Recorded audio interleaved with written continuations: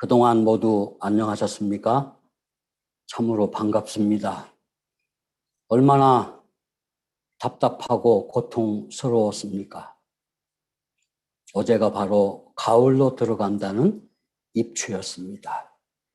벌써 기온이 그렇게 덥지 않고 약간 선선한 감을 느끼게 됩니다. 오늘도 우리 사랑하는 식구님들을 직접 만나서 함께 예배를 드리지 못하게 되었습니다. 아마도 다음 주부터는 함께 모여서 예배를 드릴 수 있을 것 같습니다.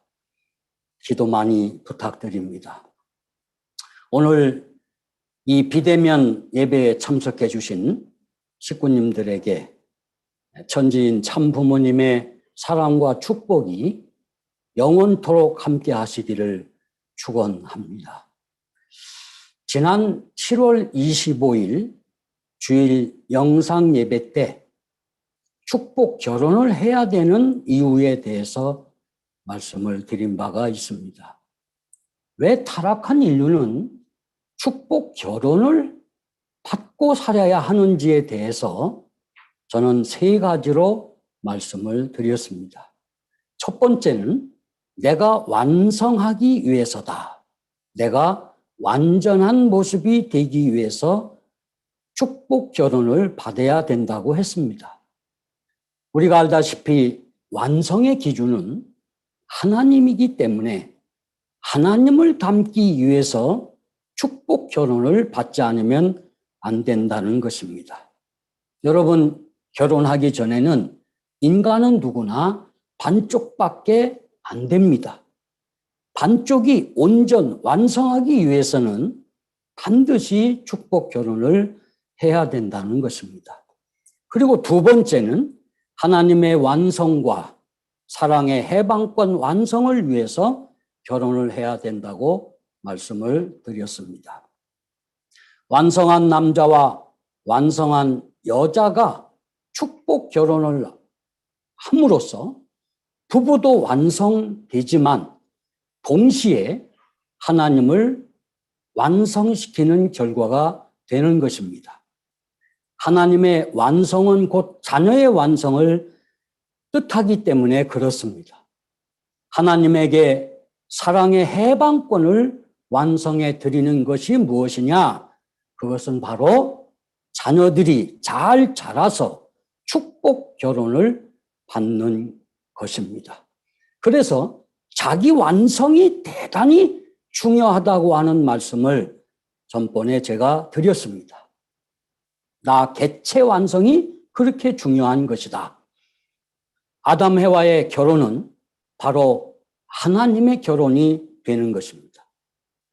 무슨 결혼이 된다고요? 하나님의 결혼. 그뿐만 아니라 하나님이 드디어 이 지상에 실체로 현현하는 것이 된다는 것입니다. 그러기 전에는 무형으로 계시는 하나님을 누구도 볼 수가 없는 것입니다. 그렇기 때문에 아담 해와가 결혼한 첫날 밤의 첫사랑은 하나님의 첫사랑이 되고 그 순간은 하나님의 사랑과 인간의 사랑이 처음으로 한 점에서 만나게 되는데 그 만나는 꼭지점, 그 중심점, 그 핵이 뭐냐? 바로 부부의 생식기라는 사실입니다. 이렇게 볼 때 부부의 생식기를 통한 사랑은 대단히 거룩하고 소중하다는 것을 믿으시기 바랍니다. 마지막으로 축복 결혼을 받아야 하는 이유는 하나님의 참 사랑, 참 생명, 참 혈통을 지닌 실체 자녀를 번식하기 위해서라고 말씀을 드렸습니다.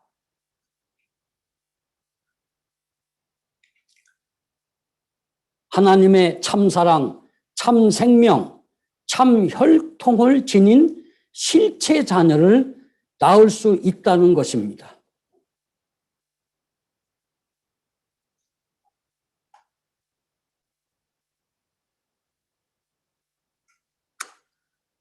자, 보다 더 훌륭한 후손을 번식하기 위해서 축복 결혼을 받은 부부는 상대를 위해서 삶을 살아야 하는 것입니다.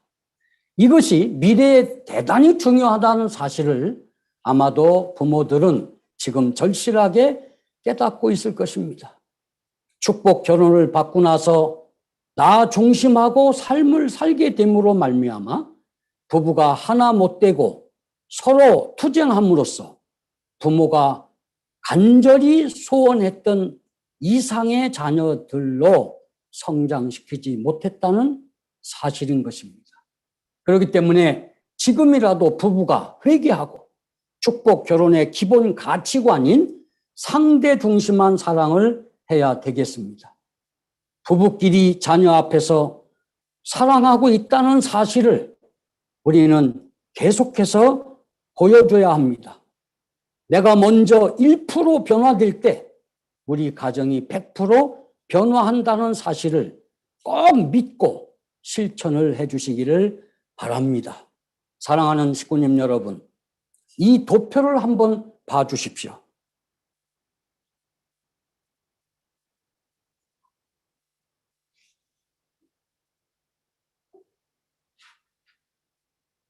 자, 이 도표를 보시면 전에 제가 말씀을 드렸습니다마는 참된 이상 가정을 어떻게 이루는가에 대해서 아주 중요한 말씀이 이 속에 들어 있습니다.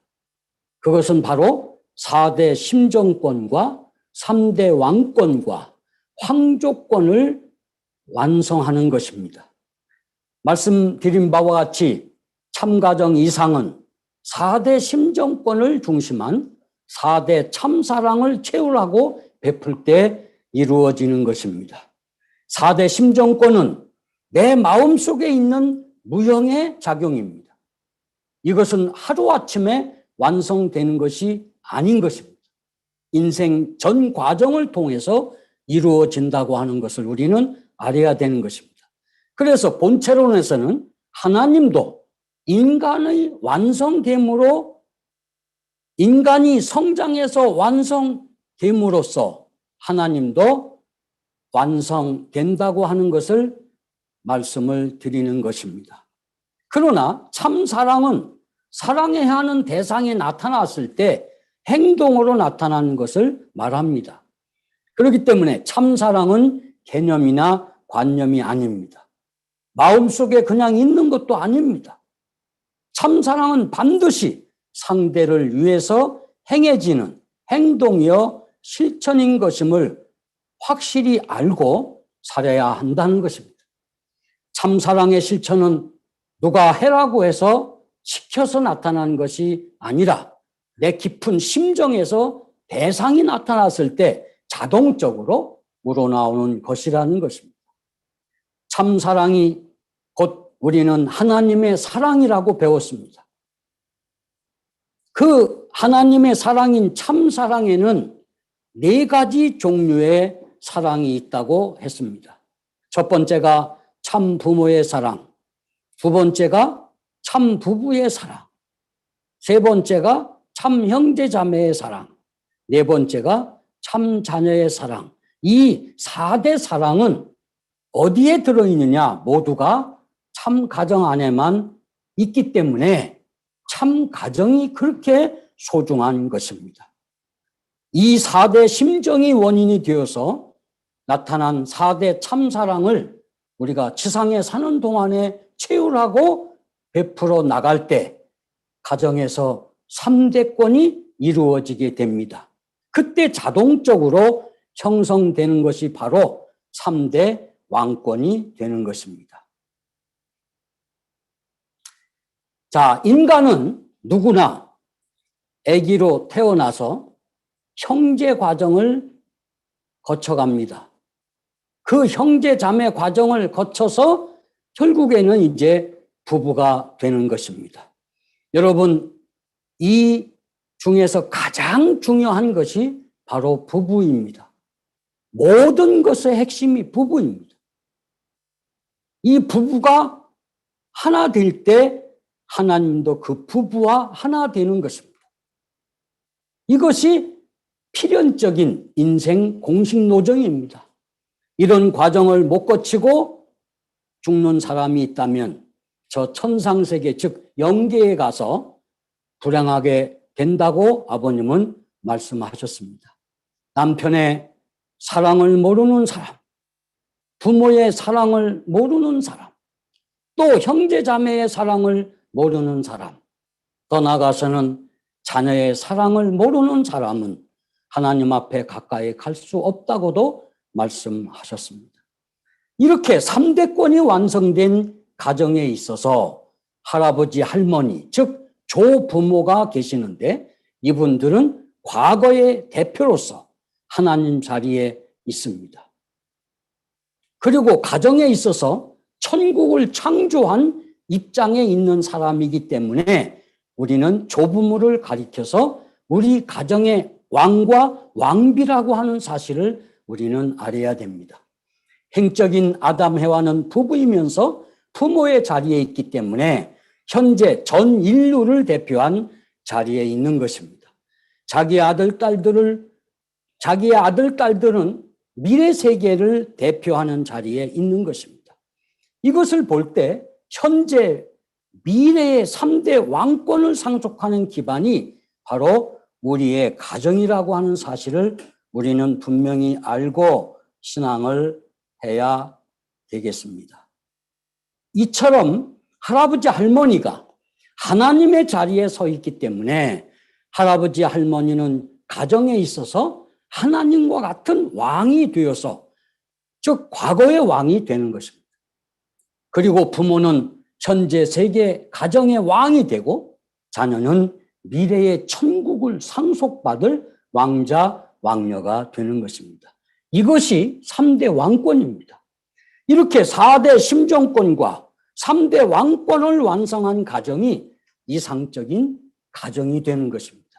이렇게 보면 축복받은 가정은 하늘나라의 왕궁이고 그 구성원들은 하늘나라의 왕족을 대표하는 황족인 것입니다. 사랑하는 직구님 여러분, 오늘은 이어서 본처럼 10강 참가정 이상 완성은 구체적으로 어떻게 이루어가는가에 대해서 말씀을 드리고자 합니다. 이 내용도 축복 결혼을 받은 우리들에게는 대단히 소중한 말씀이 되겠습니다. 제일 먼저 참 부부와 참 부모 이상 완성에 대해서 말씀을 드리도록 하겠습니다. 참 가정 이상 완성은 부부 이상을 통해서 참 부모 이상을 완성한 후에 형제 이상 완성을 통해 참자녀 이상을 완성해야 이루어질 수 있다는 사실을 먼저 말씀을 드립니다. 우리가 알다시피 하나님과 인간과의 관계는 부모와 자식과의 관계입니다. 여기서부터 참 아버님께서는 6,000년 동안 엉클어졌던 타락의 실타리를 풀 수 있었다고 말씀을 하신 것을 우리가 생각해 볼 때 하나님이 주체이고 천륜인 이 부자지 관계가 얼마나 중요한가를 알 수가 있습니다. 또 하나님과 인간의 관계는 종적으로 볼 때는 하나님이 주체이고 인간은 그의 대상이 되는 것입니다. 주체 되시는 하나님 앞에 대상인 인간은 행적으로 볼 때는 남자가 주체이고 여자는 대상이 됩니다. 그리고 가정에서 부부간도 남편이 주체이고 아내는 대상이 되는 것입니다. 따라서 주체되는 남편은 주체이신 하나님과 하나 되어 대상인 아내를 완성시키는 것입니다. 그러니까 대상인 아내는 남편에 의해서 완성되는 것입니다. 또 대상인 아내는 주체인 남편과 하나 되어서 주체인 남편을 완성시키는 것입니다. 또 남편과 아내는 부모님의 아들, 딸로 태어났기 때문에 부모님을 모시고 성장하고 완성하게 되는 것입니다.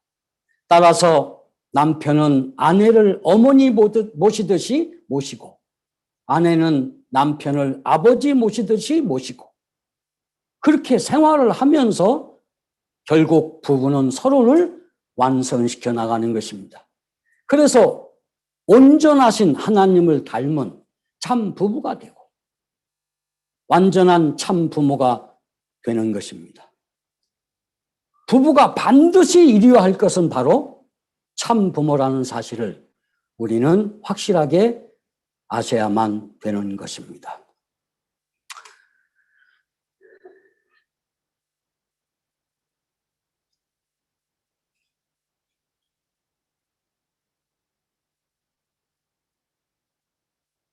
다음은 형제 이상 완성과 자녀 이상 완성에 대해서 말씀을 드리도록 하겠습니다. 부모와 자녀, 형제와의 관계는 종적으로 볼 때 부모는 주체이고 형제와 자녀는 대상이 되는 것입니다. 이처럼 주체인 부모 앞에 형제와 자녀는 대상이 되지만 행적으로 볼 때는 형은 주체이고 동생은 대상이 됩니다. 따라서 주체인 형은 주체인 부모와 하나 되어서 대상인 동생을 완성시킵니다. 대상되는 동생은 주체인 형과 하나 되어 주체인 형을 완성시키는 것입니다. 또 형과 동생, 즉 자녀는 부모의 분신으로 태어났습니다. 따라서 형은 부모를 모시듯이 동생을 모시고 동생도 부모를 모시듯이 형을 모시고 생활하면서 서로를 완성시켜 나가게 된다는 사실입니다. 그래서 참 부모님을 닮은 참 자녀가 되고 참된 형제가 되어서 서로가 서로를 모시고 섬기면서 창조 본연의 참 가정 이상 가정을 드디어 완성하게 된다는 것입니다. 대단히 중요한 말씀이 되겠습니다. 다음은 참 부부는 절대 변경할 수 없는가에 대해서 말씀을 드리도록 하겠습니다. 부모와 자녀와의 관계는 천륜이기 때문에 절대로 변경할 수 없습니다. 왜 변경하면 안 될까요? 그것은 부모와 자녀는 무슨 관계요? 혈통 관계이기 때문에 그렇습니다. 하나님의 자녀로 창조된 아담과 해와는 남매로서 성장하면서 완성해 갑니다. 그 다음에 참 부부가 되고 그 참 부부가 서로 사랑함으로써 자녀를 낳게 되면 그 부부는 참 부모 자리로 올라가게 됩니다. 이와 같이 변경할 수 없는 자녀가 성장 완성하여 참 부부가 되고 참 부모가 되었기 때문에 참 부부도 변경할 수 없다고 하는 것이 창조 본연의 참 부모 이상입니다. 그래야 인간 모두가 하나님의 참 자녀가 되어서 더 나아가서 참 부모가 되고 마지막에 가서는 우리의 꿈인 참 부모가 됨으로써 참 가정 이상을 드디어 완성하게 된다는 것입니다. 지금 이 시대는 천일국을 이 땅에서 창건해서 하늘 부모님을 나와 우리 가정에 안착시켜 함께 사는 가장 중요한 시대임을 우리는 잘 알고 있습니다. 제가 말씀드릴 때마다 요한계시록 21장 1절에서 4절까지 많이 말씀을 드렸습니다. 이 말씀이 자신과 가정 안에서 그냥 개념으로 형식적으로 말씀으로만 남아있어서는 안 된다고 하는 사실. 이것을 반드시 우리는 실천하고 완성시키는 우리가 되어야 합니다. 생각하는 것은 말할 것도 없고 내 삶 속에서 오고 가면서 보고 느끼는 모든 것들이 천지인 참 부모님과 함께하는 우리 가정이 되어야 하는 것입니다. 천지인 참 부모님을 모시고 함께 사는 성전이 되어야 한다는 말씀입니다. 그렇게 되기 위해서 우리는 이제부터 내 영인체 성장의 독약이 되는, 또 참된 이상 자녀, 부부, 부모가 되는데 방해가 되는, 또 하나님과 함께 살 수 있는 그 기회를 잃게 하는 불신과 불평, 불만을 해서는 안 되겠습니다. 그리고 하나님과 함께 살기 위해서는 내 자신이 악을 번식한다거나 거짓말과 행동을 하는 자가 되어서는 절대로 안 되겠습니다. 오늘부터 너부터 변화라고 하지 말고 나부터 먼저 변화됨으로 말미암아 우리 가정을 변화케 해서 참된 이상 가정을 완성해 가는 자랑스러운 식구님들 되시기를 천지인 참 부모님의 이름으로 축복합니다. 아주 감사합니다.